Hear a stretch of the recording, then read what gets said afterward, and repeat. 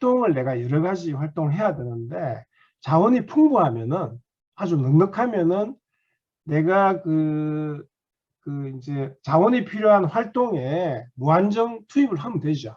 근데 문제는 자원을 필요로 하는 활동은 굉장히 많고 자원의 양은 아주 극히 제한되어 있고 하기 때문에 이 극히 제한된 자원을 어느 활동에 할당을 했을 때 결과가 제일 좋겠느냐, 그거를 풀 때 적용되는 기법입니다. 어떻게 좀 이해가 됩니까? 설명한 게. 자, 여러분, 이 선언계획법은 제일 처음에 2차 대전 전쟁 중에 이 기법이 개발된 겁니다.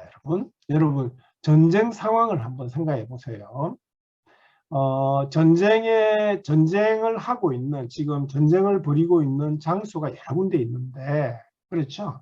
거기에 우리가 병력도 공급을 해줘야 되고, 여러 가지 전쟁 물자, 뭐 식량 이런 거를 뭐 공급을 해줘야 될 거 아닙니까? 그런데 전쟁하는 장소는 지금 여러 군데 있습니다. 여러 군데 있는데, 지금 우리가 병력이라든지, 뭐 식량이라든지, 또는 전쟁에 관련된 여러 가지 전쟁 물자 이런 것들은 아주 제한적이다 이거죠. 그래서 이거를 어느 전쟁하는 장소에 얼마만큼씩 할당했을 때 이제 그 효과가 가장 클 거냐.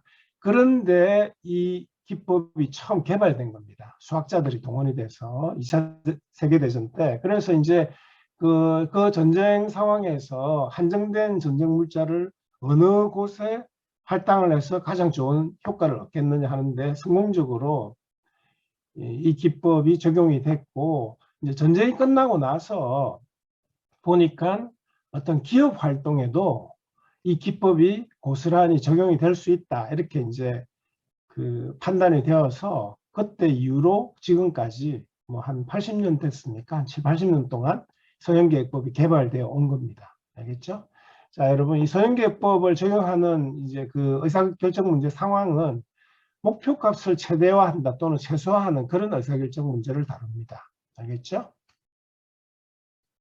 자, 여러분, 우리 서현계획법에서 배우게 되는 강의 내용은 서현계획법을 적용하기 위해서는 제일 먼저 수학적 모형을 수립해야 되는데, 수학적 모형 수립하는 방법, 이걸 배우게 되고, 그 다음 해법을 배우게 되는데, 이제 이 서현계획법의 해법은 심플렉스 메소드라고 하는 게 있습니다. 근데 이 심플렉스 메소드에 대한 구체적인 내용을 우리가 배우진 않고, 심플렉스 메소드의 그 개념을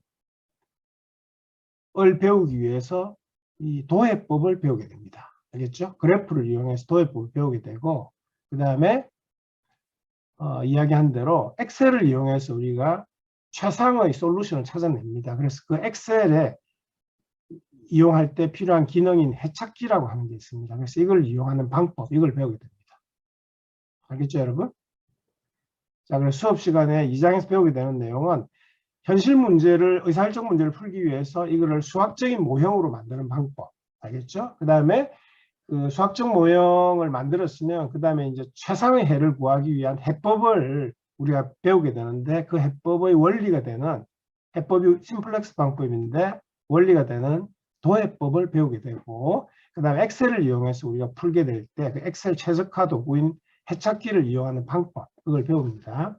자, 여러분, 서현계획법은 응용 분야가 굉장히 많습니다. 우리가 기업 경영을 하는 데 있어서 여러분도 잘 알고 있지만 우리 경영학에서 배우는 크게 4가지 분야가 마케팅, 재무, 인사, 생산, 이렇게 4가지 분야로 나누어지죠. 실제로 이제 기업 활동을 크게 4가지로 구분할 수 있죠.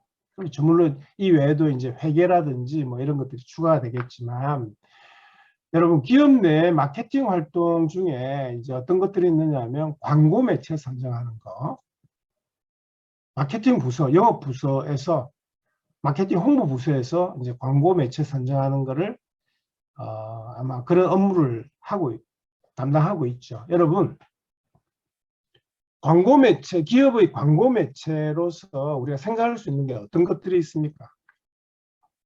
광고 매체로 생각할 수 있는 게 어떤 게 있죠?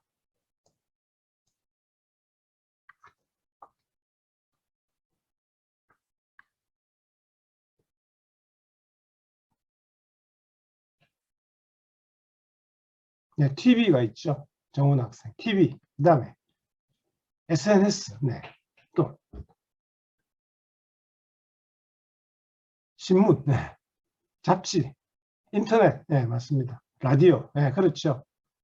영상 광고, 네, 그렇죠. 우리 보통 이 경성대 요 앞에 보면 큰 영상 그 모니터가 있어가지고 그런 데도 있죠. 그러니까 대충 지금 여러분들 다 이야기를 했는데 뭐 이제 TV, 라디오, 신문, 인터넷, 뭐 잡지, 예, 버스 이런 데 광고를 할 수 있고 영상 광고 이런 여러 가지 매체들이 있는 거죠. 그렇죠.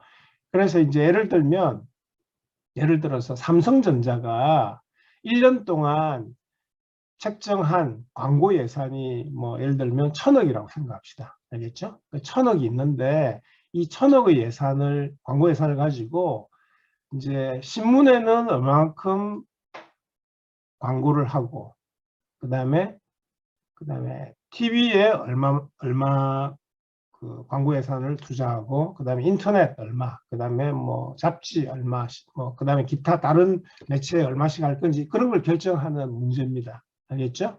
그래서 그런 경우에 이 서영계획법이 적용이 됩니다. 알겠죠? 네. 광고 효과는 다 다르겠죠. 광고를 했을 때 얼마나 많은 그 소비자들이 그 광고에 노출되느냐에 따라서 광고 단가가 다 다를 거 아닙니까? 그렇죠. 뭐 TV 같은 데가 제일 비싸겠죠. 그래서 TV에 얼마 투자하고 신문에 얼마 투자하고 인터넷에 얼마 투자하고 뭐 그런 식으로 버스에 얼마 투자하고 이런 식으로 이제 각각 광고 매체에 얼마씩 투자할 거냐 그걸 결정하는 겁니다. 이때 이제 목적은 뭐냐면 광고 효과를 최대화하겠다 하는 겁니다. 알겠죠? 자, 그다음에 이제 또 마케팅 분야의 서영계획 응용 분야 중에 하나는 물류센터 입지 선정하는 겁니다. 여러분 생각해 보세요. 예를 들면 어떤 제조기업에서 물건을 생산하는 공장에서 생산된 그 제품을 일반 우리 같은 소비자들이 구입할 때는 이제 어떤 그 소매점이나 어떤 매장에서 구입을 하죠. 그렇죠. 그런데 여러분 한번 생각해 보세요. 공장에서 우리 같은 개인 소비자들이 구매하는 그 소매점, 매장 이런 곳으로 그 제조 물품이 바로 전달되는 건 아니죠. 예, 그 가운데 아마도 배송센터와 같은 그런 물류센터가 존재하게 됩니다. 알겠죠? 그런데 이 물류센터는 이제 우리나라 전국에 어디에 설치할 거냐. 알겠죠? 후보지가 대략 있겠죠. 예를 들면 구미에도 후보지가 있고 양산에도 있고 그다음에 저 광주에도 있고 그다음에 뭐 충청도 지역에도 있고 강원도 지역에도 있고 경기도에도 있는데 그 뭐 예를 들어 한 10군데 후보지 중에 물류센터를 어디에 이제 위치시킬 거냐 하는 그런 문제가 바로 이 물류센터 입지 선정하는 문제입니다. 네, 여기서 할 수 있습니다. 자, 그다음 재무관리 분야에서는 포트폴리오 구성하는 문제인데, 자, 이 포트폴리오 구성한다는 말은 무슨 말이냐면, 기업에서 이익이 생겨가지고, 이제 순이익이 막 생겨가지고, 이제 좀, 나름대로 적립도 하지만, 그걸 이제 어디 투자를 하겠죠. 그렇죠. 그 수익을 남기면 그 돈을 어딘가에 투자를 할 텐데, 투자는 이제 투자 대상이 뭐 주식도 있고, 뭐 부동산도 있고, 그다음 채권도 있고, 뭐 여러 가지가 있겠죠. 그래서 주식에 얼마를 투자하고, 채권에 얼마 투자하고, 그다음 부동산에 얼마 투자할 건지 그런 거를 이제 결정하는 게 포트폴리오 구성한다 이렇게 이야기를 합니다. 알겠죠? 자, 그다음에 또 반대되는 개념으로서 어떤 기업에서 이제 새로운 공장을 하나 지금 새로 신축하려고 하는데 돈이 많이 필요하죠. 그래서 한 100억의 이제 자금을 조달해야 되는데 자금 이 100억이라는 데는 신규 공장을 신축하는 데 드는 100억을 어디서 조달할 거냐 이겁니다. 알겠죠? 그래서 예를 들면 뭐 조달하는 방법이 여러 가지가 있죠. 은행에서 빌리는 방법도 있고 아니면 뭐 유상증자를 통해서 주주들에게 뭐 유상증자를 통해서 자금을 조달하는 방법도 있고 그 다음에 뭐 회사채를 발행하는 방법도 여러 가지가 있죠. 그래서 그런 방법들 중에 뭐 은행 대출을 얼마로 하고 회사채 발행을 얼마로 하고 그렇게 해서 100억을 어떻게 조성할 거냐 그런 겁니다. 그때 이제 조건은 기준은 뭐냐 하면 그 돈을 뭐 대출을 받거나 회사채를 발행하거나 하면은 그 빌린 돈에 대한 사채 발행한 데 대한 어떤 그 이자 또는 뭐 사채 이자 이런 걸 이제 지불해야 될 거 아닙니까? 그래서 돈을 조달한 그 대가로 지불하게 되는 그 이자 총합을 최소화하는 방법. 네, 그런 겁니다. 알겠죠? 자, 그 다음에 인사관리에는 인력 수급 계획, 그 다음에 교대 근무 계획, 뭐 이런 것들에 적용되는데, 예를 들면 우리가 쉬운 예로, 여러분들 우리 주변에 그 대형 마트가 있죠. 뭐 홈플러스라든지 또는 뭐 이마트라든지 아니면 코스트코라든지 뭐 트레이더스 뭐 이런 거 있죠. 그런데 가보면 여러분 창구 그 계산한 창구가 뭐 한 20개 정도 돼 있죠. 예를 들어서 큰 데 같으면. 그런데 이 20개의 창구를 그 예를 들면 아침 10시부터 밤 10시까지 영업을 한다면은 매 시간 20개의 창구를 다 열어서 그 직원들을 다 배치를 하지 않죠. 그렇죠? 그러니까 이제 피크 타임 때가 뭐 언제가 되겠습니까? 뭐 한 11시부터 1시까지, 그리고 5시부터 한 7시까지, 이때가 이제 피크 타임이라 그러면 그때는 문을 이제 다 열어서 직원 20명을 배치를 하고, 뭐 다른 시간에는 뭐 10개를 연다든지 뭐 15개를 연다든지 뭐 그런 식의 계획을 세우겠죠. 그런 경우에도 이 선행계획법이 적용이 된다 이겁니다. 알겠죠? 자, 그 다음에 또 하나 예를 들면 병원 같은데 간호사들이 2교대 근무인지 3교대 근무인지 모르겠는데, 예를 들면 3교대 근무를 한다고 합시다. 알겠죠? 그럼 예를 들어서 밤 10시부터 새벽 6시까지, 새벽 6시부터 오후 2시까지, 오후 2시부터 밤 10시까지 이런 식으로 8시간 단위로 하루 24시간을 3개로 쪼개가지고, 그래서 아침 6시부터 오후 2시까지 근무하는 간호사 수를 몇 명을 할 건지, 그 다음에 오후 2시부터 밤 10시까지는 몇 명의 간호사를 근무하게 할 건지, 밤 10시부터 새벽 10시까지는 몇 명 근무하게 할 건지, 그런 것도 마찬가지로 이제 이 선행계획법이 적용되는 인사관리 분야의 문제가 됩니다. 자, 그 다음에 생산관리에는 공장에서 물건을 만들어 팔 때 생산계획 및 재고관리 문제, 생산 제품 배합 문제 뭐 이런 것들입니다. 지난번에 우리가 봤던 이 문제, 전에 지난 시간에 봤죠. 이게 바로 생산 제품 배합 문제다 이겁니다. 이런 것들에 이 선행계획법이 쓰입니다. 그 다음에 뭐 가정에서 식단 문제라든지 또 원료 환원 문제 이런 데도 쓰입니다. 자, 여러분, 그 다음 넘어갑니다. 지금까지 어떻게 설명하는 것에 대해서 이해가 됩니까, 여러분? 네. 네, 여러분들이 집중하기가 사실 어렵기 때문에 중간중간에 내가 체크를 해봐야 되고, 그래서 가능하면 여러분들이 뭐 다 카메라를 켜고 내가 전체 학생들을 다 이렇게 보면서 수업하면 제일 좋지만 너무 사생활 침해하는 것 같아가지고 그렇게는 하지 않은데, 대신에 여러분 좀 집중해서 듣도록 그렇게 합니다. 알겠죠? 아무래도 비대면이기 때문에 집중이 쉽지는 않습니다. 그렇지만 여러분들이 최대한 노력해서 할 수 있도록 합니다. 자, 여러분, 자, 우리가 이제 이 경영과학 제일 첫 번째 배우는 선행계획법은 기본적으로 이렇습니다. 자, 이게 지금 현실 문제입니다. 이걸 우리가 풀어야 됩니다. 여러분들이 이 성미고급 주식회사 대표라고 생각합니다. 그러면 이 문제를 풀어야 됩니다. 알겠죠? 이 현실 문제를 풀 때 선행계획법을 적용해야 되는데, 선행계획법을 적용하는 방법은 이렇습니다. 과정은 이렇습니다. 자, 이 현실 문제를 풀기 위해서 이 문제를 제일 먼저 해야 되는 게 뭐냐 하면 수학적 모형을 만드는 겁니다. 알겠습니까? 알겠죠? 자, 수학적 모형을 적용하는데, 자, 간단하게 내가 한번 지금 손으로 쓰는 거 이런 것도 내가 지금 익숙이 안 돼가지고 그냥 이렇게 한번 해봅니다. 자, 이게 지금 현실 문제입니다. 알겠죠? 자, 현실 문제를 풀어야 됩니다. 자, 그런데 이 현실 문제를 풀기 위해서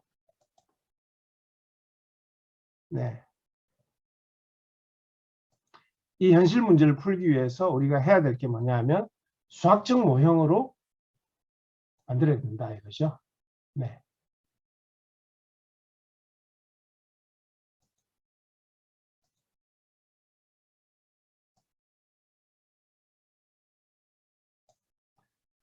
이 현실 문제를 풀기 위해서 수학적 모형을 만듭니다.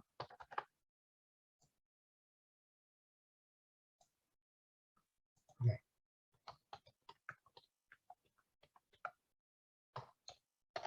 알겠죠? 자, 이 수학적 모형을 만들죠. 제일 첫 번째 단계가 수학적 모형을 만드는 겁니다. 자, 그 다음 단계가 뭐냐 하면, 그 다음이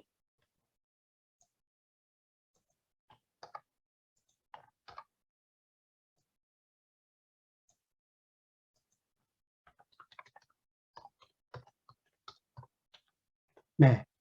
자, 현실 문제를 풀기, 이게 지금 현실 문제죠. 이걸 풀어야 되는데, 선행기법을 적용하는 단계가 어떻게 이루어지느냐 하면, 현실 문제를 풀기 위해서 이거를 먼저 수학적 모형을 먼저 만들고, 이 수학적 모형에다가 해법을 적용합니다. 알겠죠? 여기다가, 네.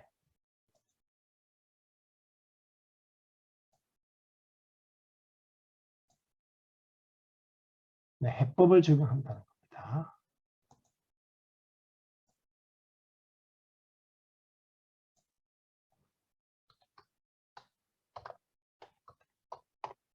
네. 자, 이렇게 됩니다. 과정이 해법을 적용해서 수학적 모형을 만들고 나서 해법 적용해서 그 해법을 적용한 결과 최적해가 만들어집니다. 그럼 이 최적해를 가지고 의사결정을 내립니다. 이 최적해를 보고. 이해되죠? 자, 그래서 이 수학적 모형 만드는 게 정규해법 적용할 때 제일 첫 번째 단계입니다.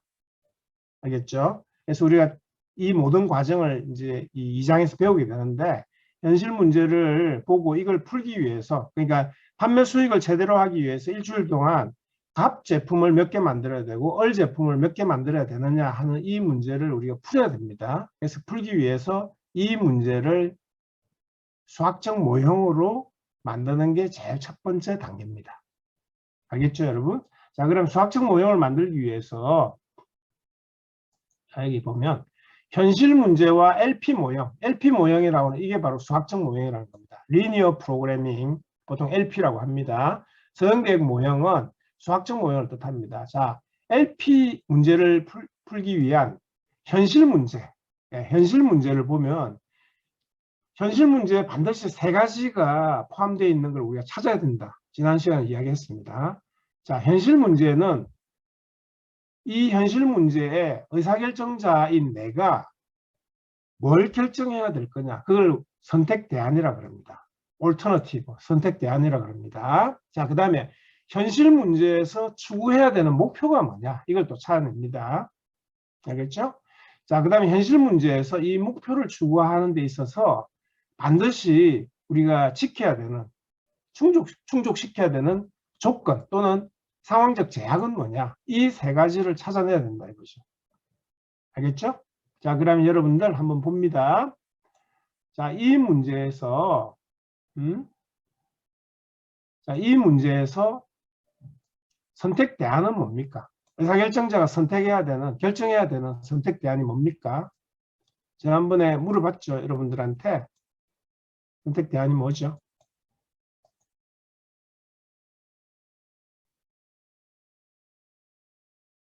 뭘 결정해야 됩니까? 지금 이 문제에서 궁극적으로 풀어야 되는 게 뭡니까? 선택 대안이. 예. 판매 수익을 제대로 하기 위한 생산량. 갑과 얼 생산량이죠. 예. 조성원 학생 맞습니다. 생산량입니다. 일주일 동안 갑을 생산량. 이윤지 학생 맞습니다. 차재원 학생. 알겠죠? 생산량을 결정하는 게 선택 대안입니다. 알겠죠? 그래서 여러분들이 이제 현실 문제를 우리가 서형계법을 적용하기 위해서 수학적 모형을 만들어야 되는데, 수학적 모형을 만들기 전에 이 현실 문제에서 세 가지를 찾아야 된다. 첫 번째가 선택 대안, 의사결정자가 결정해야 될 게 뭐냐. 보니까 일주일 동안 갑 생산량, 일주일 동안 얼 생산량, 예, 거기에 바로 선택 대안이다 이거죠. 이해됐죠, 여러분? 그렇죠? 자, 그 다음에 여러분, 이 문제에서 추구할 목표, 추구해야 되는 목표가 뭐냐? 어떤 기준이 되는 목표가 뭡니까? 네, 판매 수익 최대화 맞습니다. 그렇죠? 판매 수익 최대화입니다. 네, 김하윤 학생. 정원우 학생, 이찬우 학생 맞습니다. 김종수 학생, 신재영 학생. 판매 수익을 최대화하는 거죠. 맞습니다. 자, 그 다음 세 번째 찾아내야 될 게 뭐냐 하면 반드시 지켜야 되는, 충족시켜야 되는 조건 있습니다. 그게 바로 뭐죠? 공정시간, 그러니까 공정시간 조건이 바로, 그러니까 일주일 동안 사용 가능한 공정시간이 지금 절삭공정 100시간, 조립공정 150시간 이렇게 돼 있죠. 그래서 그거를 충족시켜야 되는 거죠. 네, 맞습니다. 알겠죠, 여러분? 네. 네, 고은술 학생, 김종수 학생, 장현영 학생, 이재현 학생, 이찬호 학생, 네, 재현 학생, 네, 이윤재 학생 맞습니다. 서희관 학생, 차재원 학생, 정원우, 김아윤. 사용 가능한 공정시간 맞습니다. 일주일 동안 사용 가능한 공정시간. 조성은 학생 맞습니다. 알겠죠, 여러분? 이해됐죠? 그 세 가지를 다 찾아냈습니다. 선택 대안은 뭐냐 하면 일주일 동안 갑 생산량, 일주일 동안 을 생산량. 그 다음에 추구하는 목표, 기준이 되는 목표는 뭐냐 하면 판매 수익 최대화. 그 다음 세 번째, 반드시 충족시켜야 되는 조건, 상황적 제약은 뭐냐 하면 절삭공정과 조립공정의 사용 가능한 시간. 그렇죠. 알겠죠? 자, 그러면 여러분, 이 세 가지를 다 찾았습니다. 자, 그 다음에 이제 우리가 해야 될 거는 이 현실 문제를 수학적 모형으로 만들 때 이제 대응을 시켜야 되는데, 자, 여러분 여기 보세요. 현실 문제에서 선택 대안은 수학적 모형 만들 때 의사결정 변수로 대응이 됩니다. 그 다음에 현실 문제에서 목표는 수학적 모형에서 목적 함수로 대응이 되고, 그 다음에 현실 문제 상황적 제약이나 조건은 현실 수학적 모형에서 제약 조건식으로 대응이 됩니다. 알겠죠, 여러분? 자, 그러면 의사결정 변수, 자, 선택 대안이 의사결정 변수로 대응된다 했죠. 의사결정 변수 영어로 decision variable 이렇게 이야기를 하고, 자, 목표는 목적 함수로 대응이 되죠. objective function 이렇게 합니다. 자, 이 목적 함수는 의사결정 변수의 1차식으로 표현됩니다. 알겠죠? 1차식. 1차식이란 말 알죠, 여러분? 2차식은 뭐냐 하면 어떤 변수의 제곱이나 어떤 변수와 변수의 곱으로 나타내거나 이게 2차식이고 1차식은 뭐 우리가 예를 들면 여러분 1차 함수라고 할 때 y equal ax 플러스 b 이런 게 1차 함수죠. 그렇죠? 2차 함수는 뭡니까? y equal ax 제곱 플러스 bx 플러스 c 뭐 이런 식으로 제곱이 들어있는 그런 게 2차 함수죠. 예. 그래서 1차식이란 말은 결정 변수가 뭐 곱으로 이루어진다든지 그런 거 없이, 알겠죠? 뭐 제곱항이나 루트 이런 거 없이 그냥 돼 있는 게 1차식입니다. 그 다음 제약 조건식도 마찬가지로 결정 변수 1차식으로 표현됩니다. 알겠죠? 자, 여러분.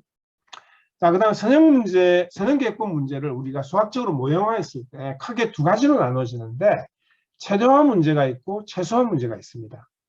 알겠죠? 자, 최대화 문제는 목적함수식의 값을 제대로 하고자 하는 문제를 최대화 문제라고 합니다. 그래서 아까 우리 이 문제는 보세요.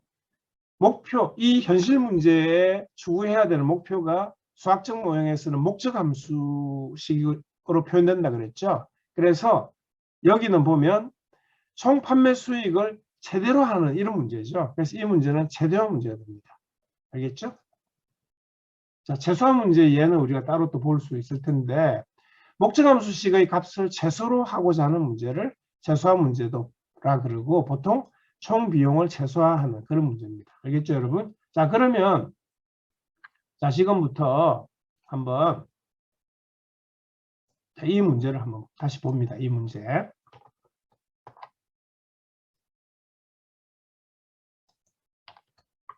자, 이 문제. 이게 지금 예제 2-1번 문제입니다. 알겠죠? 예제 2-1번 문제인데 우리 책에 나와 있는 예제 2-1번 문제입니다. 이게.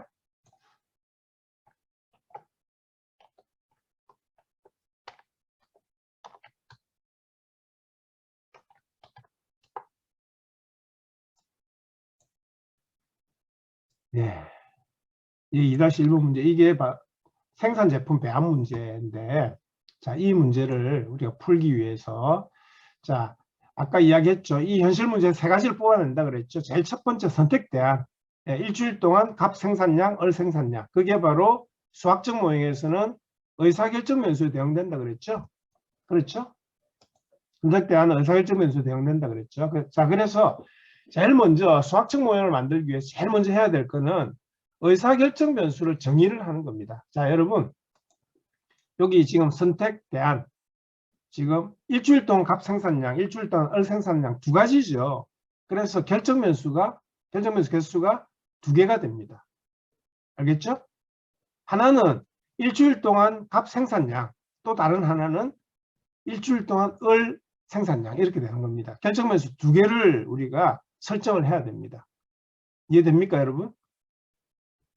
자, 그래서 자 선택대안은 갑과 을 제품 생산량 정확하게 이야기하면 일주일 동안 갑 생산량, 일주일 동안 을 생산량 이런 거죠. 자, 목표는 현실 문제 들어있는 목표는 판매 수익을 제대로 하겠다는 거고 상황적 제약은 일주일 동안 쓸 수 있는 절삭 공정이 100시간, 조립 공정이 150시간 이렇다는 거죠. 자, 여러분 이 문제를 우리가 지금 문장으로 돼 있는데 이거를 표로 그냥 간단하게 나타내면 이렇게 됩니다. 여러분.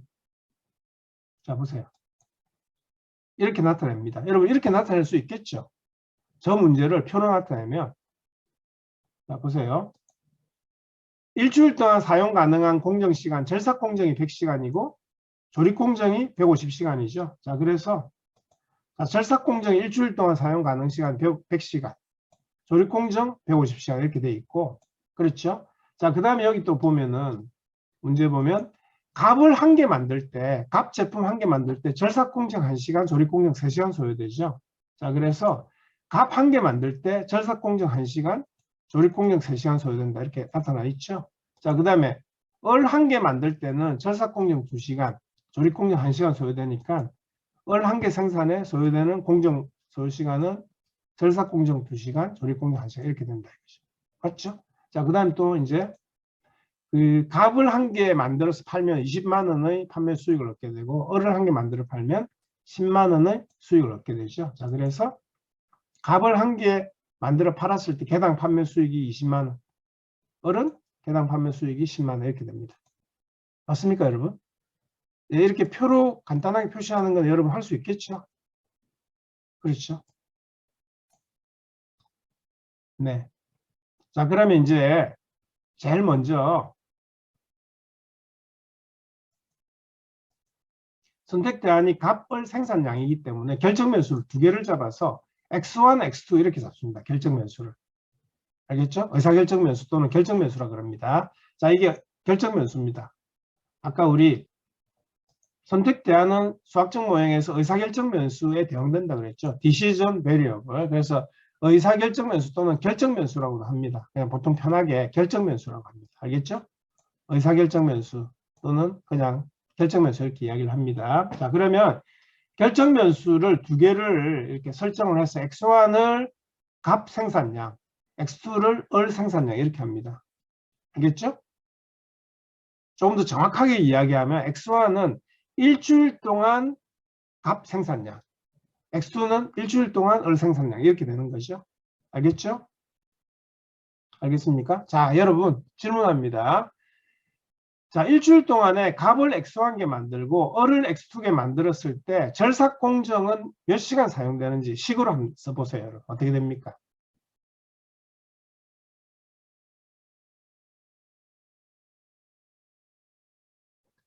일주일 동안 갑을 x1개 만들고 을을 x2개 만들었을 때 사용하게 되는 절삭 공정 사용 시간은 어찌 됩니까?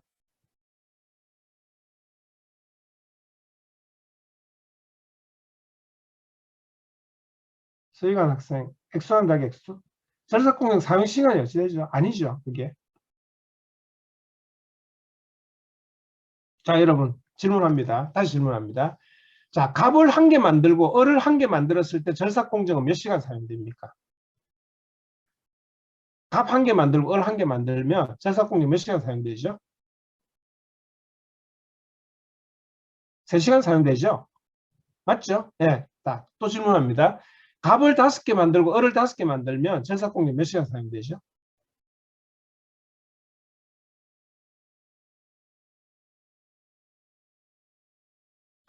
5개, 을 5개 만들면 절삭공정이 15시간 사용되죠. 예, 그렇죠. 맞죠? 예, 다시 한 번 더 질문합니다. 값을 10개 만들고 을을 5개 만들었다. 값 10개, 을 5개 만들었다. 그럼 어찌 됩니까? 예, 20시간이죠. 그렇죠? 그렇죠. 자, 그러면 질문합니다. 값을 x1개 만들고 을을 x2개 만들었을 때 사용되는 절삭공정 시간 어찌 됩니까?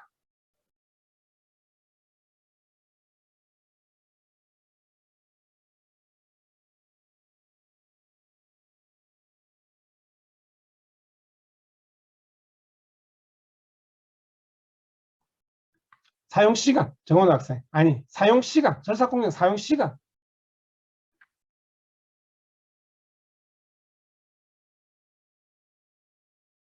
절삭공정 사용시간. 예, 차재원 학생 맞죠? x1 더하기 2x2, 박지현 학생. 예, 김나연 학생, 이찬우 학생. x1 더하기 2x2 이렇게 되는 거죠? 그렇죠? 맞죠? 예, x1 더하기 2x2 이렇게 되는 거죠? 이해되죠, 여러분? 예, 그래서 x1이 1이고 x2가 1이면 절삭공정 3시간 사용되는 거고 x1이 5고 x2가 5면은 절삭공정이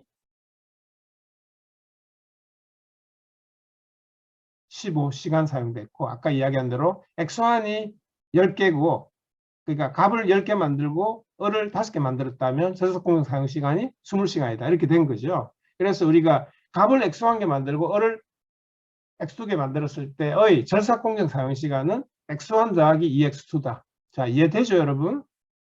그렇죠? 이해됐죠? 이해 안 되는 사람 있습니까, 여러분? 이해가 다 되죠? 네.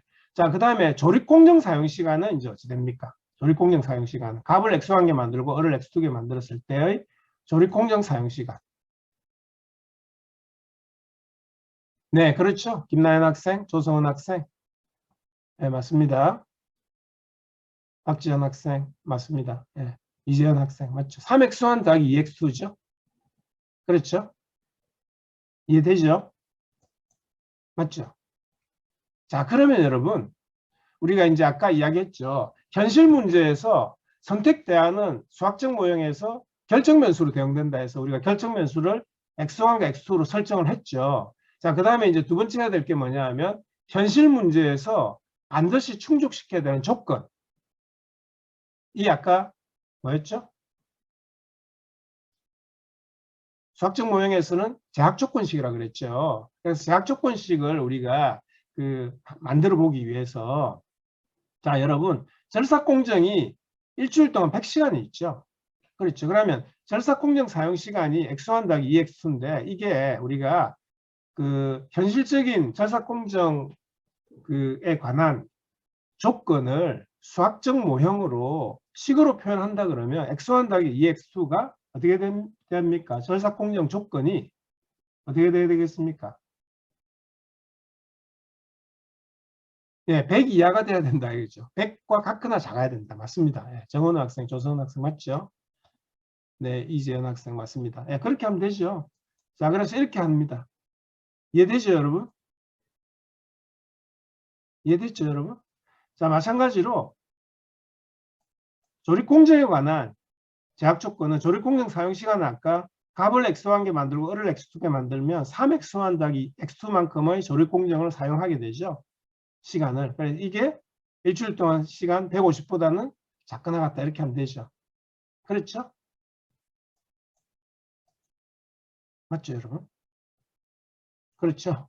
자, 그러면 이제 우리가 현실 문제에서 선택 대안을 의사결정면수, 결정면수 x1, x2로 정의를 했고 그 다음에 현실 문제에서 반드시 충족시켜야 되는 조건은 수학적 모형에서 제약조건식으로 우리가 식을 만들었습니다. 자, 그 다음에 하나 남아있는 게 뭐냐 하면 우리가 반드시 추구해야 되는 뭡니까? 목표.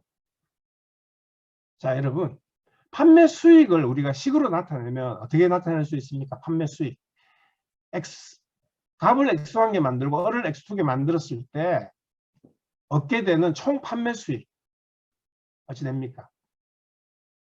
총 판매 수익은 식으로 나타내면 네, 맞습니다. 정원우 학생 맞죠? 20x1 플러스 10x2 이렇게 되죠. 그렇죠? 예, 그게 총 판매 수익이 되는 거죠. 알겠습니까? 그래서 20x1 플러스 10x2를 최대화하는 문제죠. 그렇죠? 제일 크게 하겠다. 그런 식입니다. 자, 그러면 여러분들 지금까지 우리가 제대로 잘 했는데 결정면수, 목적함수, 제약조건식을 하나씩 지금부터 한번 만들어 가 봅니다. 결정면수는 크게 두 가지죠. X1, X2 두 개를 설정해서 X1을 제품값 생산량, X2를 제품월 생산량 이렇게 잡았습니다. 자, 그 다음에 목적함수는 어떻게 하느냐 하면 보세요. 이렇게 합니다. 여기 보면 20x1 플러스 10x2 이게 지금 총 판매 수익이죠. 그거를 식으로 나타낸 거죠. 그래서 이거를 목적함수 값 G, Z로 이렇게 표시합니다. 그럼 이 Z가 의미하는 게 뭐냐면 값을 X1개 만들고 을을 X2개 만들었을 때 얻게 되는 총 판매 수익이 되죠. 맞습니까, 여러분? 네. 총 판매 수익이 되는 거죠. 그렇죠? 자, 그래서 이 총 판매 수익을 나타내는 목적함수 값, 이 Z를 목적함수 값이라 그럽니다.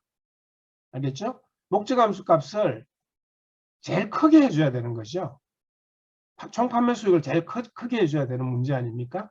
그 문제가 최대화 문제니까 그래서 앞에 max 이렇게 붙입니다. maximize, max, z, 목적함수 값 z 이퀄 20x1 플러스 10x2 이렇게 됩니다.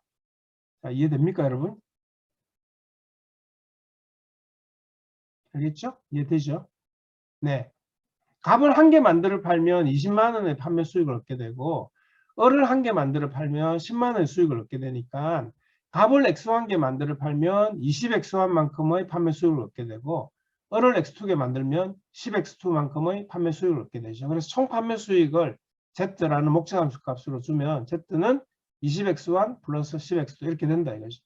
그렇죠? 그리고 이 문제가 최대화 문제이기 때문에 max라는 것을 앞에다 적어줍니다. 알겠죠? 자, 그 다음에 제약조건식을 한번 봅니다. 자, 제약조건식은 아까 이야기한 대로 절삭공정 제약조건식은 제약조건식. 네. x1 더하기 2x2가 100보다 작거나 같다. 아까 우리 앞에서 본 거. 조립공정에 대한 제약조건식은 3x1 더하기 2x2가 150보다 작거나 같다. 이렇게 되는데 자, 제약조건식에 이 두 개 말고 또 하나 비염 제약조건식을 하나 추가를 해줍니다. 자, 이건 뭐냐면 x1과 x2가 값 생산량, 을 생산량을 나타내기 때문에 이게 음수가 되면 안 되죠. 그렇죠? 생산량이 음수가 되면 안 되죠. 0은 될 수가 있지만 음수가 되면 안 되는 거죠. 그래서 0보다 크거나 같다라는 이 조건을 반드시 넣어줘야 됩니다. 그래서 이거를 우리가 음수가 아닌 조건이라 해서 비염 제약 조건 이렇게 이야기를 합니다. 알겠죠? 그래서 우리가 지금 아까 그 문제에서 반드시 충족시켜야 되는 조건 두 가지가 일주일 동안 사용 가능한 절삭 공정 시간이 100시간, 그 다음 조립 공정 시간이 150시간, 그 조건을 제약 조건식으로 이렇게 표시했는데 이거 말고도 우리가 추가시켜야 되는 제약 조건식은 항상 비염 제약 조건식은 반드시 포함시켜줘야 된다. 이 말은 결정 변수가 취할 수 있는 값이 음수가 되면 안 된다 이거죠. 이해됐죠, 여러분? 자, 그러면 이제 아까 우리가 풀고자 하는 이 예제 2-1번 이 문제를 수학적 모형을 만들게 되면 이런 식으로 됩니다. 자, 여러분 보세요. 수학적 모형이 이렇게 됩니다. 제일 첫 번째 줄에 목적함수식을 적는데 자, 보세요. 총 판매 수익을 나타내는 목적함수 값 Z는 총 판매 수익을 계산하는 그 수식, 목적함수 수식이 이렇게 되죠. 그래서 Z 이퀄 20x1 플러스 10x2 해서 이거를 최대화 문제이기 때문에 맥시마이즈 한다 해서 맥스 이렇게 적습니다. 첫째 줄에는 목적함수식을 적습니다. 알겠죠? 그 다음에 이제 제약조건식을 적습니다. 제일 먼저 절삭공정 제약조건식, 조립공정 제약조건식, 그 다음 비염 제약조건식 적고 여기에 보면 S.T 이렇게 적습니다. 반드시. 자, 이게 뭐냐 하면 이게 subject to 네, 이 첫 글자를 따온 건데 subject to라는 말은 어떤 to 이하, 이 조건 하에서 이런 뜻입니다. 알겠죠? 그래서 이런 수학적 모형을 서양계획부 수학적 모형을 딱 적어 놓으면 아 이게 어떤 뜻이냐면 subject to 다음에 나오는 이 내용들 이런 조건 하에서 목적함수값 Z 값을 가장 최대화 시켜주는 x1, x2를 구하는 문제다. 이런 뜻입니다. 자, 한 번 더 다시 설명합니다. 서브젝트 2 이하 해당되는 요 조건식, 이 제약 조건식을 모두 만족하는 x1, x2가 있겠죠. 그런 x1, x2 중에 목적함수 값 z를 가장 크게 해주는, 가장 맥시마이즈 시켜주는 x1, x2를 찾아내자. 그런 문제입니다, 이게. 알겠죠? 자, 여러분, 이 조건을 만족하는 x1, x2 조합이 여러 개 있겠죠. 여러분, 예를 들어서 여러분이 예를 한번 들어보세요. 자, x1과 x2의 그 조합이 여러 개가 있을 수 있는데 어떤 게 있습니까?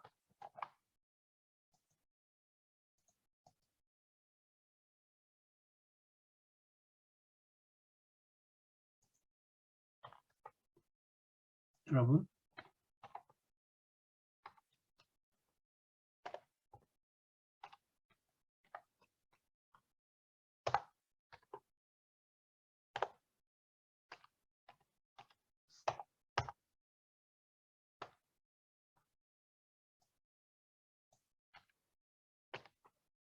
네, x1, x2 조합이 여러 개가 있을 수 있는데 이 조건을 만족하는 x1, x2 조합 여러분들 한번 요 세 가지 조건을 만족하는 x1, x2 조합 뭐 어떤 게 있습니까? 여러분 한번 이야기해 보세요.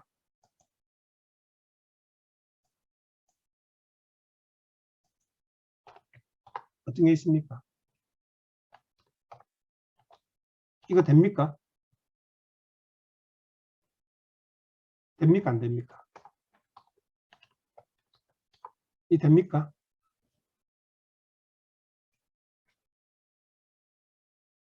네. 되면 O를 표시하고 안 되면 X를 표시하세요, 여러분. 자, 여러분 또 봅니다. 이거 됩니까? 안 됩니까? 됩니까? 안 되죠. X가 돼야 되죠. 자, 20,50원 여기는 만족하죠. 근데 이게 만족 안 되죠. 그렇죠? 그러면 예를 들어서 이거는 됩니까? 안 됩니까? 이건 되죠. 29,40 이건 되죠. 네. 무슨 말인지 알겠죠, 여러분? 그 다음에 예를 들면 뭐 이런 것도 있겠죠. 이런 것도 만족되죠. 그렇죠? 만족되겠죠?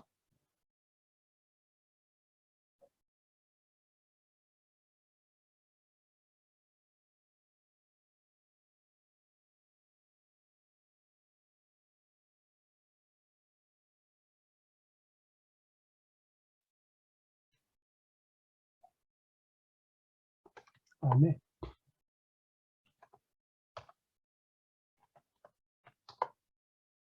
이건 어찌 됩니까? 안 됩니까? 네, 안 되죠. 예. 위의 식은 만족되는데 밑의 식이 만족 안 되죠. 예, 그렇죠. 그래서 우리가 지금 몇 개, 지금 한 대여섯 개 정도 이렇게 했는데 그 중에 이 조건을 만족하는 것도 있고 만족하지 않는 것도 있는데 이거를 만족하는 우리가 조합을 x1, x2 좌표값을 써낼 수 있는 게 굉장히 많겠죠. 이거 말고 많죠. 이거 만족하는 것들. 그렇죠. 이런 거는 만족 안 합니다. 이건 만족하고 이건 만족 안 하죠. 하여튼 이 조건을 만족하는 것들, 이런 조합이 굉장히 많을 텐데 그런 많은 조합들 중에 이 목적함수 값을 가장 크게 해주는 것을 찾아내면 그게 바로 우리가 구하는 솔루션이 된다 이거죠. 이해가 되죠, 여러분? 자, 그래서 해를 구하는 과정은 우리가 나중에 하기로 하고, 자, 지금은 이제 현실 문제를 수학적 선행계획법 모형을 적용하기 위해서 수학적 모형을 작성하는 과정을 지금부터 배우게 된다 이거죠. 자, 이건 예제 2-2번 문제인데, 네, 지금 시간이 50분이 다 되어서 여러분 10분만 쉬었다가 3시에 다시 들어와서 네, 수업하도록 합니다. 네, 10분 쉽니다, 여러분.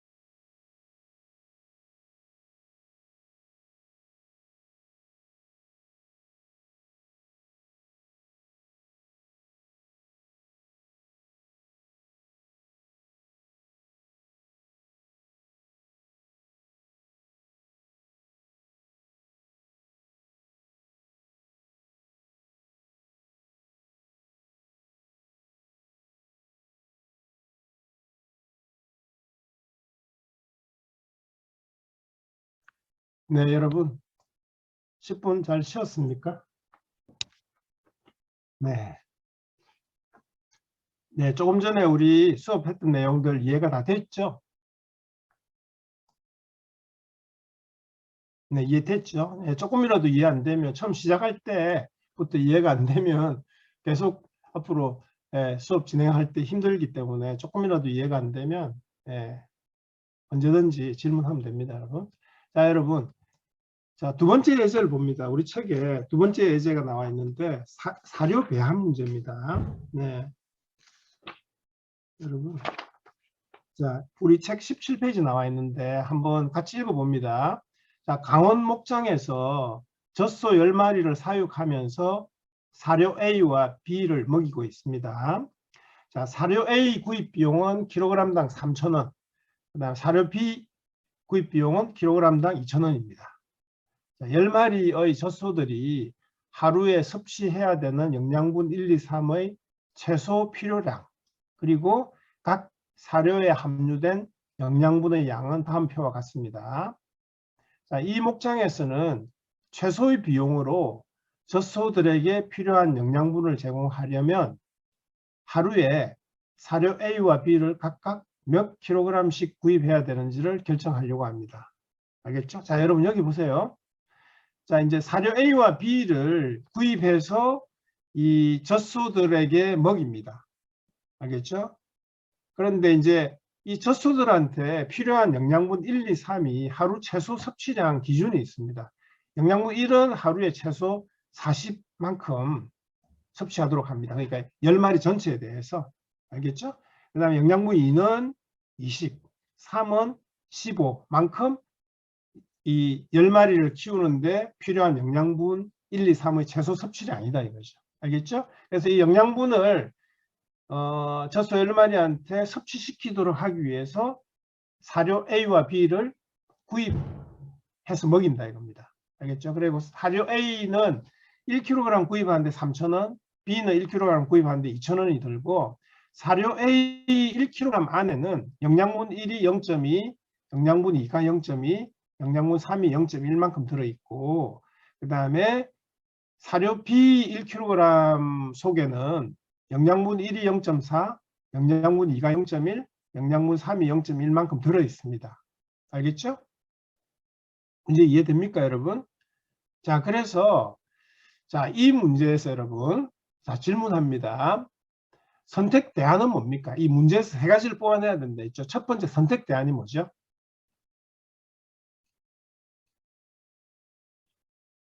네, A와 B 하루 구입량 맞습니다. 조승은 학생 맞습니다.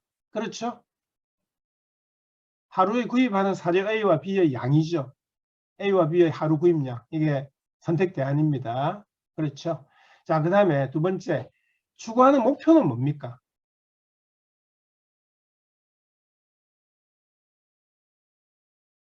네, 최소 구입 비용 맞습니다. 사료 구입 비용 최소화하는 거죠.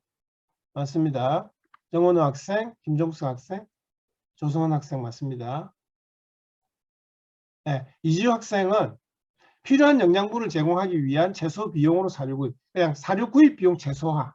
예, 그렇게 쓰면 됩니다. 최소 비용 구매, 예, 김나연 학생 맞고, 최소의 비용, 예, 사료 구입 비용 최소화. 이렇게 써야 됩니다. 김하연 학생, 알겠죠? 예, 최소 비용 사료 구매. 사료 구매 비용을 최소화한다. 그게 됩니다. 알겠죠? 박지현 학생, 최소의 비용, 최소 구입 비용. 예, 사료 구입 비용을 최소화하겠다. 예, 그게 됩니다. 알겠죠? 이해됐죠? 자, 그 다음에 여러분 이제 반드시 충족시켜야 되는 조건, 제약 뭡니까?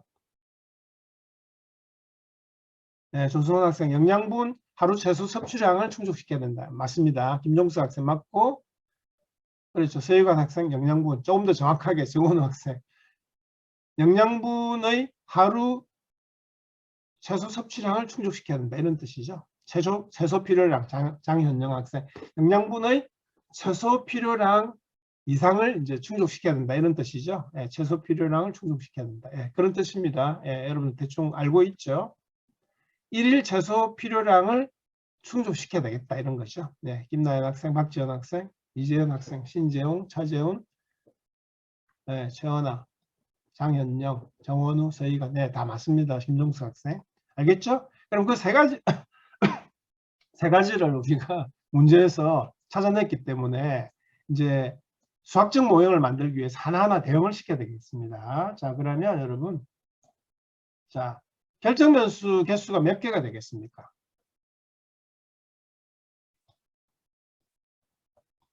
두 개죠. 네, 김나연 학생 맞죠. 두 개죠. 네, 조성 학생, 박지현 학생. 맞습니다. 두 개입니다. 네, 신재용, 최원 학생. 자, 그러면 결정변수를 x1, x2 이런 식으로 우리가 정의를 내리면 됩니다. 자, x1은 결정변수가 뭡니까? 사료 A 구입량 이렇게 쓰면 되겠죠? 그렇죠? x1은 사료 A 구입량 이렇게 되는 겁니다. 알겠죠? 사료 A 구입량. 그렇죠?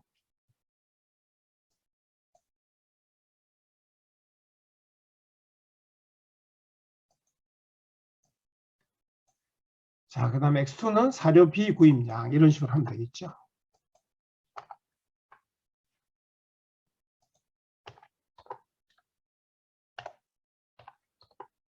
네.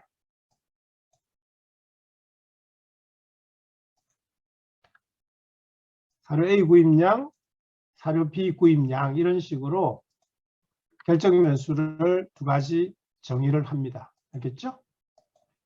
자, 그러면 여러분 영양분 1 섭취량 사료 A를 X1만큼 구입하고 사료 B를 X2만큼 구입을 했을 때 그때 이 목장에서 젖소 10마리가 섭취하는 영양분 1의 양은 어찌 됩니까? 영양분 1 섭취량은 0.2x1 플러스 0.4x2에 맞죠? 예, 그렇게 되는 거죠. 예, 박지연, 장현영, 조성원, 이찬우, 사재훈 그런 거죠. 영양분 1 섭취량은 0.2x1 플러스 0.4x2 이렇게 된다 이거죠. 이해되죠? 사료 A를 x1 구입하고 사료 B를 x2 구입했을 때 이 목장에서 섭취하게 되는 영양분 1의 양은 0.2x1 플러스 0.4x2 이렇게 된다 이거죠. 알겠죠? 자, 그러면 영양분 1의 조건은 어떻게 됩니까? 충족시켜야 되는 조건. 영양분 1에 대한 충족시켜야 되는 조건은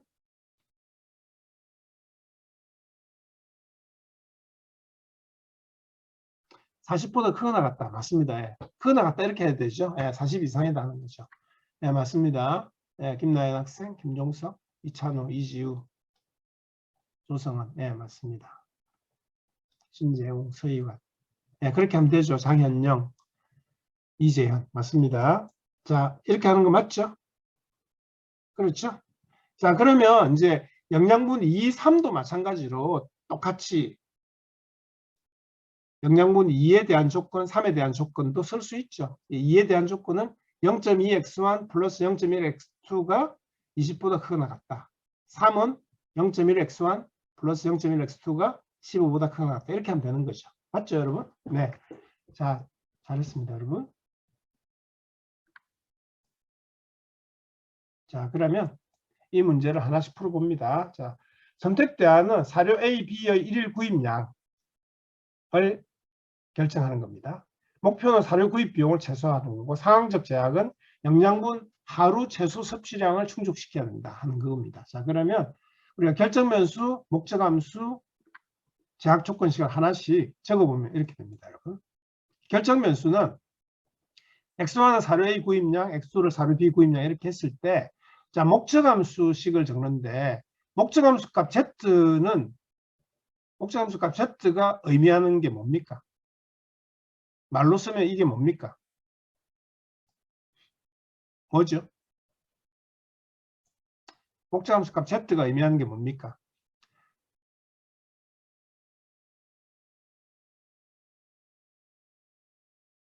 최소 비용, 총 판매 수익, 최소 구입 비용. 네, 총 구입 비용이죠. 네, 총 구입 비용, 총 구입량이 아니고 최소 구입 비용이 아니고 사료 구입 비용입니다. 네, 총 구입 비용 이렇게 해야 되죠. 박지연, 조성은 학생 정확하게 이야기한 겁니다. 이찬우 학생, 김종수 학생. 사료 총 구입 비용이 되는 거죠. 정확하게 이야기하면. 그렇죠? 그 총 구입 비용, 사료 총 구입 비용은 A를 X1 kg 구입하면은 드는 비용은 1kg당 3,000원이라 그랬으니까 3,000 X1만큼 구입 비용이 발생하고, 그 다음에 사료 B를 X2만큼 X2 kg 구입하면은 1kg당 2,000원이라 했으니까 2,000 X2만큼의 비용이 발생하죠. 그래서 사료 A를 X1 kg, 사료 B를 X2 kg 구입하게 됐을 때 총 사료 구입 비용은 3,000 X1 플러스 2,000 X2 이렇게 된다 이거죠. 그렇죠? 그래서 이걸 더한 게 목적함수값 Z라고 하면 이 목적함수값 Z는 총 사료 구입 비용이 되는 겁니다. 자, 그래서 우리 이 문제가 최소화 문제죠. 최소의 비용으로 이제 영양분을 제공하려면 A와 B를 각각 몇 킬로그램 구입해야 되느냐. 총 사료 구입 비용을 최소화하는 문제죠. 그래서 여기 보면 최소화 문제는 MIN, minimize, MIN 이걸 씁니다. 알겠죠? 이해됐죠? 이게 목적함수식입니다. 자, 그 다음 제약조건식은 영양분 1, 2, 3에 대한 제약조건식. 아까 우리 앞에서 봤던 이런 식으로 영양분 1, 2, 3. 하루에 최소 40 이상, 하루에 최소 20 이상, 최소 15 이상 섭취해야 된다 하는 조건을 세 개의 제약조건식으로 나타냈고, 그 다음 마지막으로 X1, X2가 사료 A와 B의 구입량이기 때문에 음수가 되면 안 되죠. 그래서 비염 제약 조건 X1도 0보다 크거나 같고 X2도 0보다 크거나 같다. 이렇게 쓰면 됩니다. 알겠죠? 이해됐습니까, 여러분? 자, 그래서 수학적 모형을 작성해 보면 제일 먼저 이제 목적함수식을 쓴다 그랬죠? 이 최소화 문제이기 때문에 minimize, min, z 목적함수값 z 이퀄 3000x1 플러스 2000x2 이렇게 쓰면 됩니다. 이때 목적함수값 z가 의미하는 바는 총 사료 구입 비용이 된다. 이렇게 보고, 그 다음에 이제 제약조건식 처음에 시작할 때 subject to s.t. 이걸 적는다 그랬죠. 자, 그래서 영양분 1에 관한 제약조건, 영양분 2에 관한 제약조건, 영양분 3에 관한 제약조건, 그 다음 비염 제약조건 이렇게 씁니다. 자, 그러면 이 수학적 모형이 의미하는 게 뭐냐 하면 이겁니다. 이 조건들, 사료 A와 B, 영양분 1, 2, 3 최소 섭취량에 관한 조건과 비염 제약 조건, 이거를 모두 만족하는 X1, X2의 조합이 있을 거 아닙니까? 그런 조합들 중에 목적함수값 Z를 가장 최소화하는 X1, X2를 찾아라. 그겁니다. 이 수학적 모형이 의미하는 게. 이해가 됩니까, 여러분? 이해가 됐습니까? 네, 그런 겁니다. 자, 여기까지 혹시나 뭐 조금이라도 궁금한 게 있으면 질문을 합니다, 여러분. 모르는 게 있거나 질문할 게 있으면 주저하지 말고 질문하도록 합니다. 네. 어떻게 이해가 다 됐습니까? 자, 그러면 여러분. 자, 그러면 그 다음 문제 넘어가는데, 우리 책의 19페이지에 예제 2-3 있죠? 네, 거기 보면 수송 및 배분 문제라고 하는 게 있습니다. 자, 이걸 지금 여러분들 각자 읽어보세요. 수송 및 배분 문제 한번 읽어보세요. 네.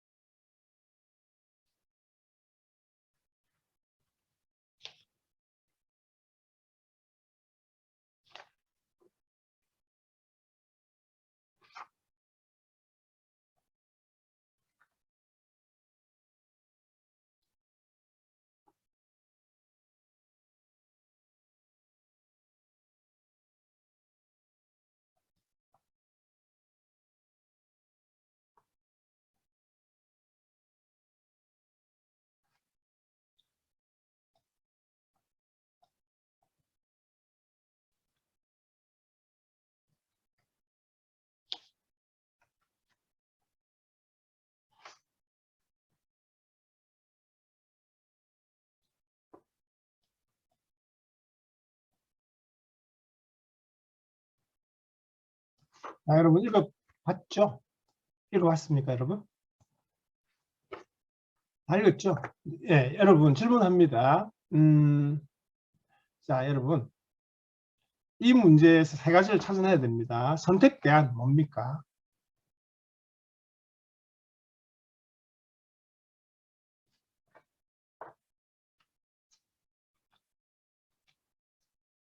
선택대안을 뭐라고 해야 되죠? 이게 지금 좀 문제가 좀 애매하게 적혀 있는데 총수송비를 최소로 하는 수송 방법을 결정하자.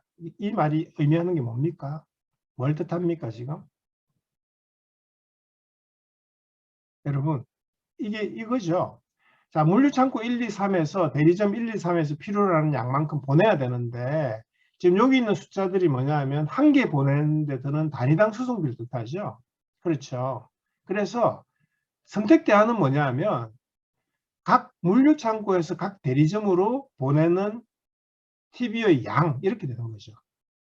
맞습니까? 그게 수송 방법이라는 뜻입니다. 그러니까 무슨 말이냐면 물류창고 1에서 대리점 1로 몇 개 보내고 물류창고 1에서 대리점 2로 몇 개 보내고 물류창고 1에서 대리점 3으로 몇 개 보낼 건지 그다음 물류창고 2에서 대리점 1로 몇 개, 2로 몇 개, 3으로 몇 개 이런 거를 구하는 게 바로 이 문제에서 구해야 되는 선택 대안입니다. 맞습니까? 그걸 지금 구하는 거죠. 예, 여기 이 문제에서 명시적으로 표시가 안 돼 있는 겁니다. 수송 방법을 결정하라 이 말이 의미하는 게 각 물류창고 세 군데에서 각 대리점 세 군데로 각각 몇 개씩 보낼 건지 그걸 결정하는 겁니다. 알겠죠? 자, 그 다음에 여기서 이제 추구하는 목표는 뭐냐 하면 총 수송비를 최소로 한다. 이게 목표죠. 맞죠? 그렇죠. 그러니까 이 문제는 최대한 문제냐 최소한 문제냐 하면 최소한 문제가 되는 겁니다.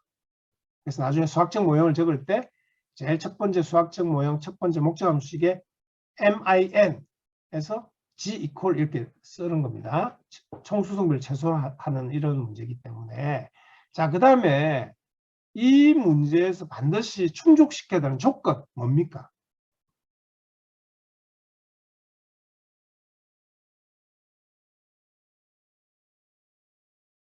뭐를 충족시켜야 됩니까?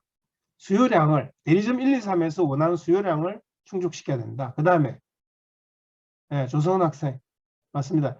예, 수요량만 하는 게 아니라 물류창고에서 공급하는 양과 대리점에서 필요로 하는 수요량 두 개 다를 충족시켜야 되죠. 그렇죠? 수요량만 충족시켜야 되는 게 아니라. 알겠습니까?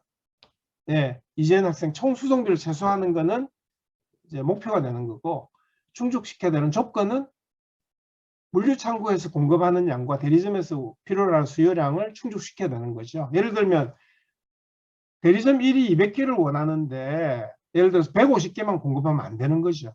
150개만 대리점으로 보내면 안 된다 이거죠. 그 다음에 물류창고 1이 보낼 수 있는 양이 300개인데 350개 이렇게 못 보내는 거죠. 그렇죠? 자, 그래서 이 문제를 보고 자, 우리가 세 가지를 찾아냈습니다. 첫 번째는 선택대안은 뭐냐? 물류창고 1, 2, 3에서 대리점 1, 2, 3으로 각각 몇 개씩 보낼 거냐? 수송하는 TV 수송량을 결정하는 게 선택대안이고 두 번째 목표는 뭐냐 하면 총 수송비를 최소로 한다. 그게 목표가 되고 세 번째는 이제 충족시켜야 되는 조건은 물류창고에서 공급하는 양과 대리점에서 필요한 수요량을 충족시키는 겁니다. 알겠죠? 자, 그러면 질문합니다. 제일 먼저 이제 수학적 모델을 만들기 위해서 우리가 결정면수, 목적함수식, 제약조건식을 차례대로 이제 표현을 해야 되는데 제일 먼저 해야 될 게 결정면수부터 정의를 해야 됩니다. 여러분, 결정면수가 몇 개가 되겠습니까? 개수가.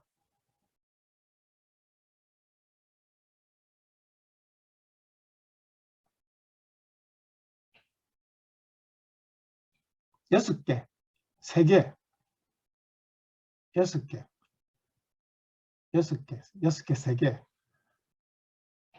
6개. 왜 6개고 왜 3개죠?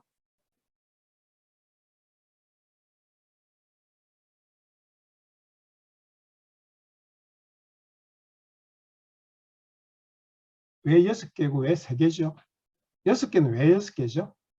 9개. 예. 정원 학생 9개. 네, 3개, 6개, 9개 지금 학생들이 네, 결정면수 개수를 잘 생각해 보세요, 여러분. 몇 개입니까? 네, 9개죠. 네, 9개 맞죠, 여러분? 네, 아까 처음에 학생들이 그냥 쉽게 생각해서 6개, 3개 이렇게 했는데 9개가 맞죠? 맞죠? 자세히 보니까 9개죠. 자, 보세요. 물류창고 1에서 대리점 1로 가는 거 몇 개? 2로 몇 개 가고 3으로 몇 개 갈 건지 3개가 생기고, 물류창고 2에서 대리점 1로, 대리점 2로, 대리점 3으로 또 3개가 필요하고, 물류창고 3에서 대리점 1로 가는 거, 2로 가는 거, 3으로 가는 거 총 9개가 필요하죠. 맞죠? 그렇죠. 네. 자, 그러면 여러분, 아까 우리가 예제 2-1에는 갑 생산량을 X1으로 정의하고 얼 생산량을 X2로 정의했죠? 자, 그 다음에 예제 2-2는 뭡니까? 사료 A 구입량을 X1, 사료 B 구입량을 X2로 정의했죠. 그때는 이제 그 두 개의 문제는 결정 변수가 두 개라서 X1, X2 이렇게 했죠. 그렇죠? 자, 그러면 여기서는 여러분 결정 변수가 총 9개라서 결정 변수를 예를 들어서 여러분 한번 이렇게 정의를 한다 합시다. X1부터 X9까지. 여러분. 자, 이렇게 9개를 정의를 하게 되면 어떻게 한번 생각해 보세요. 이렇게 되면 9개의 결정 변수를 네, 이렇게 정의를 만약에 한다 그러면 예를 들어서 X1이 뭐고 X2가 뭐고 X9가 뭐고 좀 헷갈리죠. 여러분. 그렇죠.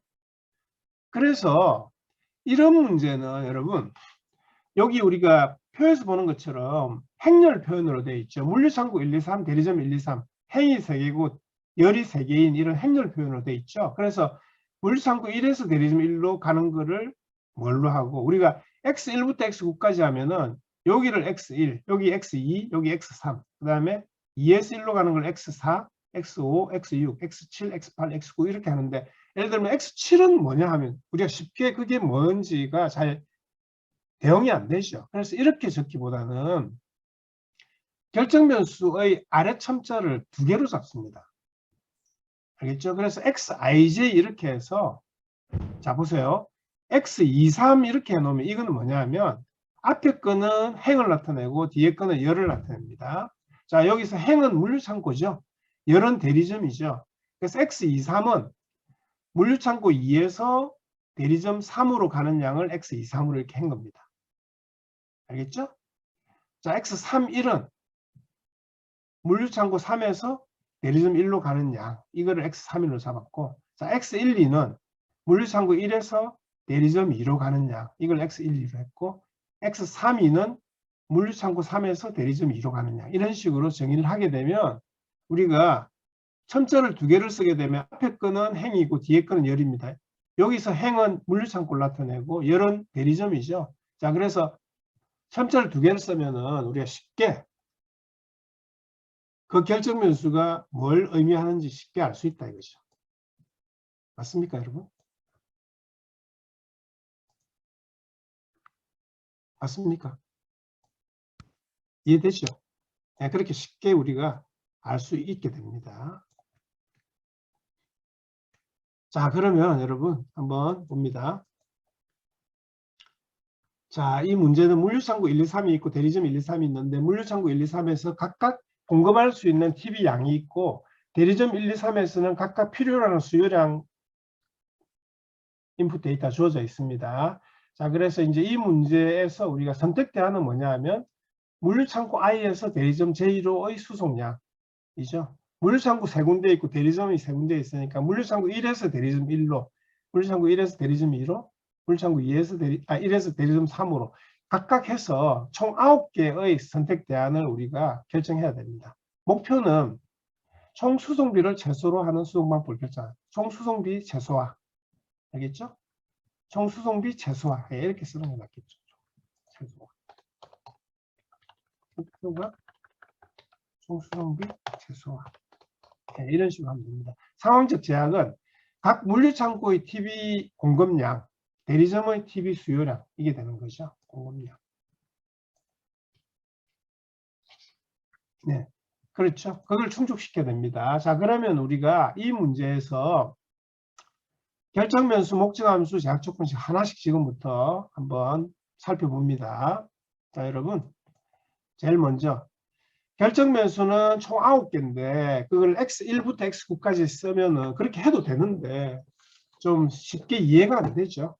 네, x6은 뭐냐? x7은 뭐냐? 쉽게 이게 우리가 이해가 잘 안 되기 때문에 결정면수의 아래 첨자를 2개를 썼다 이거죠. 그래서 앞에 있는 i는 행을 뜻하고 뒤에 있는 j는 열을 뜻합니다. 그래서 xij는 물류창고 i에서 대리점 j로의 수송량 이렇게 정의를 하고, 자 여기 보세요. 괄로 해서 i equal 1, 2, 3, j equal 1, 2, 3. 자 i는 물류창고죠. 물류창고 1, 2, 3 3개 있고 대리점 j가 1, 2, 3 3개 있죠. 그래서 이렇게 적어 놓으면 우리가 9개의 결정면수를 다 안 적어도 된다 이겁니다. 무슨 말인지 알겠습니까? 우리가 x11, x12, x13, 그 다음 x21, x22, x23, x31, 32, 33 9개를 다 적어서 물류창고 1에서 대리점 1로 가는 양, 물류창고 1에서 대리점 2로 가는 양 9개 일일이 다 그렇게 정의를 안 해도 귀찮게 안 해도 그냥 이렇게만 적으면 이 한 줄만 적어 놓으면 9개의 결정면수를 그냥 한꺼번에 정의를 할 수 있다. 이해가 되죠? 무슨 말인지? 네. 여기에 괄호 열고 I1, 2, 3, J1, 4 이것만 적어주면 된다 이겁니다. 자, 그 다음에 여러분 목적함수식을 작성하는데, 자 목적함수 값은 뭘 의미합니까? 목적함수 값 Z는 뭘 의미하죠? 네, 총수송 비용입니다. 네, 이지호 학생 맞습니다. 총수송 비용이죠. 네, 서희관 학생 맞죠? 총수송비 김종수 학생 맞습니다. 총수송비. 네, 이게 이제 어떻게 식으로 표현되느냐 하면, 자 여러분 x11이 뭡니까? 물류창고 1에서 대리점 1로 수송하는 TV의 양이죠. 그렇죠? 자 아까 우리 앞에서 물류창고 1에서 대리점 1로 TV 한 대 수송할 때 드는 비용이 수송비가 10이죠. 그렇죠? 만약 10개를 수송하면 120이죠. 그런 거 아닙니까? 그렇죠? 그래서 x11개만큼 수송하면은 그때 발생하는 수송비가 12x11 이렇게 되는 거죠. 맞죠? 자, 그다음 x12는 뭐냐면 물류창고 1에서 대리점 2로 수송하는 양이죠. 아까 우리 보니까 물류창고 1에서 대리점 2로 수송할 때 한 개 수송할 때 17만큼의 수송비가 드니까 x12개만큼 수송하면 17x12만큼의 비용이 발생하죠. 알겠죠, 여러분? 무슨 말인지? 알겠습니까? 네, 그렇게 되는 겁니다. 그래서 총 9개의 경우에 대해서 단위당 수송비를 곱해서 이렇게 다 더해주면 이게 바로 전체 수송비가 되죠. 총 수송 비용이 되는 거죠. 됐습니까, 여러분? 자, 그 다음에 여러분 여기 한번 보세요. 자, 여기가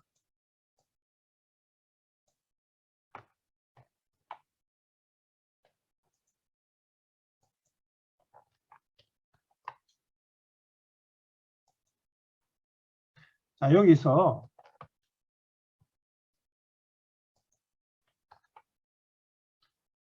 한번 봅니다, 여러분.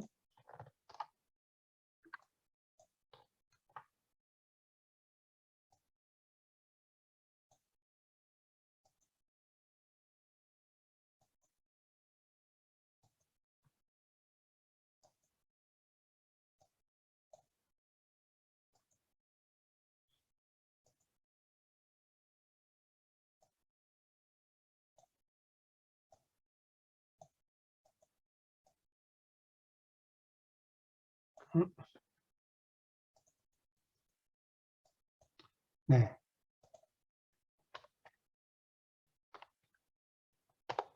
자, 여기가 지금 x11이죠. 여기 x12고, 그 다음에 여기가 x13이죠. 자, 여러분.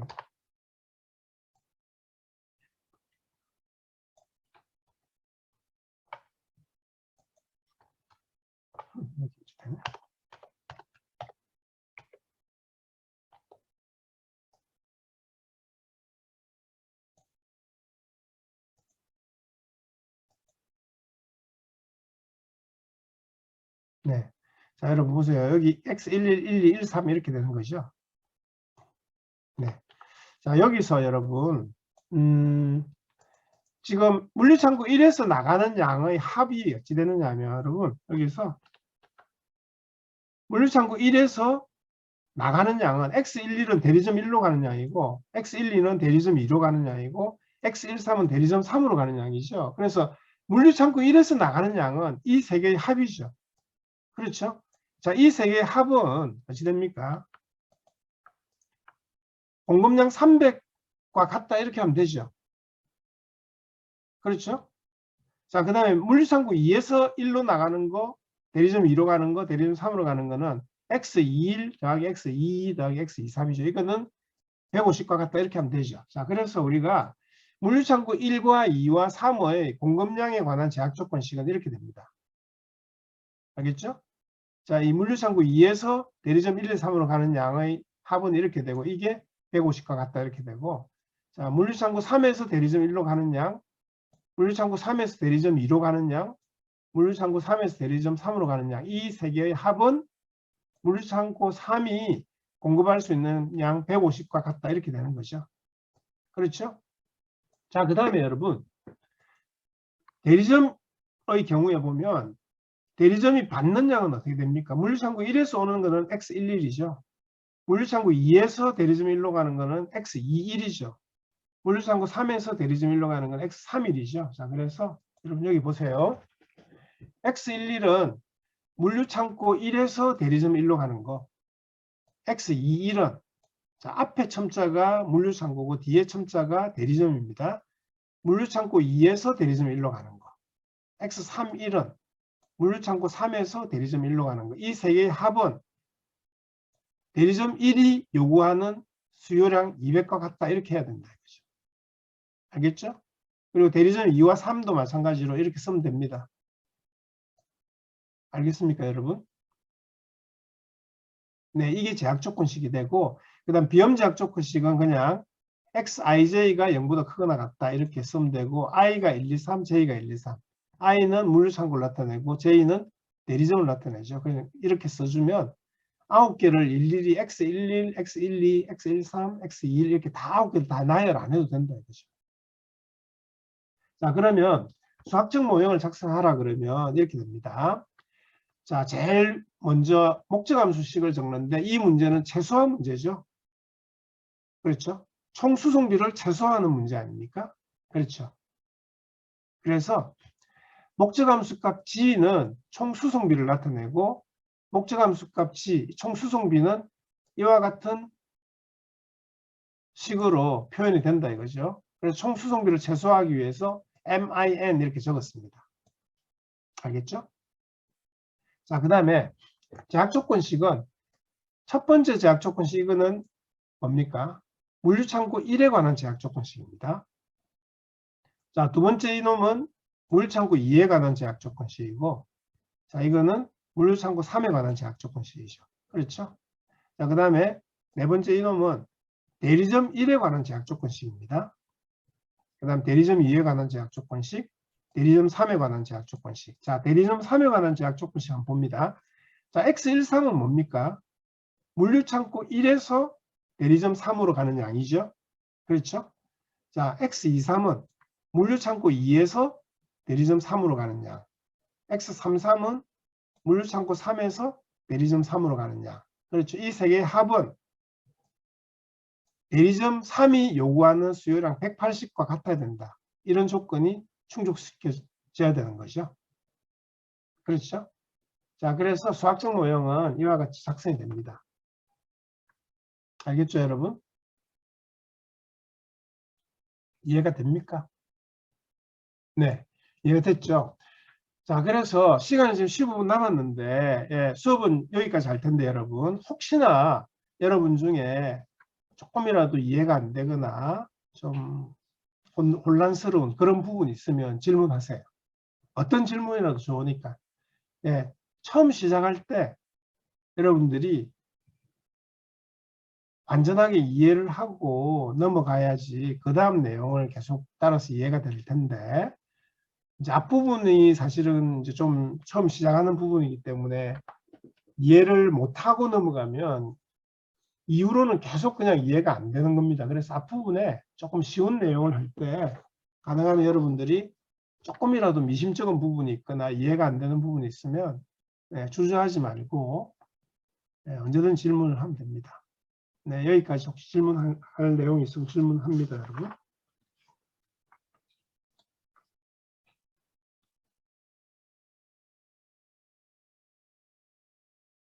네, 질문할 내용이 없습니까? 다 알고 있다는 거죠? 다 안다는 거죠, 여러분? 자, 그러면 여러분, 미안하지만 지금 3시 36분이라서 지금 마치면 너무 빨리 마치는 것 같아서 한 5분만 더 하고 마칩니다. 알겠죠? 네. 네, 이주 학생. 수업 일정 정렬죠. 아, 이주 학생, 우리 강의 자료실, 우리 여기 포털에 들어와서 그 LMS 학습 자료, 학습 관리 시스템 들어와서 여러분 그 우리 과목 선택하면 강의 자료실이 나옵니다. 거기에 보면 강의 계획서 올려놨고, 예, 이 강의 노트도 올려놓고 한 거기 강의 계획서 보면 있습니다. 그래서 책은 교재는 이겁니다, 여러분. 네, 강의 계획서에 보면 나와 있습니다. 네, 그래서 그걸 구하면 됩니다. 알겠죠? 자, 여러분 한 4분, 5분만 더 합니다. 자, 여러분, 자 지금 이제 수학적 모형을 만들었죠. 그렇죠. 우리가 예제 2-1, 2-2, 2-3 세 가지 유형의 간단한 문제에 대해서 수학적 모형을 만들었죠. 자, 그러면 아까 이야기한 대로 최적해를 구하기 위해서 이제 해법을 우리가 지금부터 배우게 되는데, 그 해법이 심플렉스 메소드라고 하는 해법이 있는데 그 자체에 대해서 우리가 깊이 있게 배울 필요는 없고, 다만 그 심플렉스 메소드의 기본 원리에 대해서만 우리가 이해를 하면 됩니다. 그래서 기본 원리를 이해하기 위해서 도해법, 그래픽칼 메소드, 그래프를 이용하는 방법에 대해서 배우게 되는데, 이 방법은 여러분들 배우게 되면 이해를 쉽게 할 수 있습니다. 자, 도해법은 심플렉스법이 이제 선형계법의 해법인데 그 심플렉스법의 원리를 알아보기 위한 방법입니다. 자, 그리고 이 도해법은 안타깝게도 결정면수 2개만 있을 때 우리가 그래프를 그려서 이해할 수 있습니다. 알겠죠? 그래서 우리가 지금 그 예제를 3개를 우리가 봤죠, 조금 전에. 예제 2-1 뭡니까? 일주일 동안 생산하는 값과 을의 양. 결정면수 2개였죠. 그 다음에 예제 2-2는 뭡니까? 사료 구입 비용을 최소화하는 문제인데 사료 A 구입량을 X1, 사료 B 구입량을 X2 이렇게 하니까 결정면수 2개죠. 그렇죠. 그래서 예제 2-1과 예제 2-2는 이 도해법을 적용해서 우리가 최적해를 구해낼 수 있습니다. 근데 조금 전에 봤던 그 물류창고 123에서 대리점 123으로 보내는 수송량을 결정하는 그 문제는 결정면수 9개죠. 그래서 그런 문제는 도해법으로 우리가 접근을 할 수 없다 하는 겁니다. 알겠죠? 자, 그래서 이 도해법은 결정면수 2개일 때만 적용 가능하고 2차원 좌표 평면상에 제약 조건식을 우리가 그래프로 표시할 수 있습니다. 알겠죠? 자, 그래서 자, 실행 가능 영역이라고 하는 용어가 나옵니다. 자, 이 용어는 정의가 어떻게 되느냐 하면 모든 제약 조건식들을 공통적으로 만족하는 영역입니다. 알겠죠? 자, 그러면 이 도해법의 기본 원리는 이렇습니다. 실행 가능 영역을 통과하는 목적함수식 그래프들 중에서 가장 좋은 목적함수 값을 제공해주는 실행 가능 영역상의 점을 찾으면 그게 바로 우리가 구하는 최적해가 됩니다. 알겠죠? 자, 그러면 예제 2-4의 문제가 있는데 이 문제를 구체적으로